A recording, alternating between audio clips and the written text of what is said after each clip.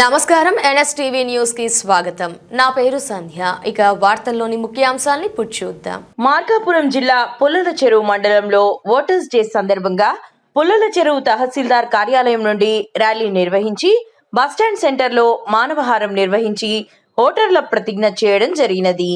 ఈ కార్యక్రమంలో MPDO, deputy తహసీల్దార్, KGBV students, teachers, ప్రజలు పాల్గొన్నారు.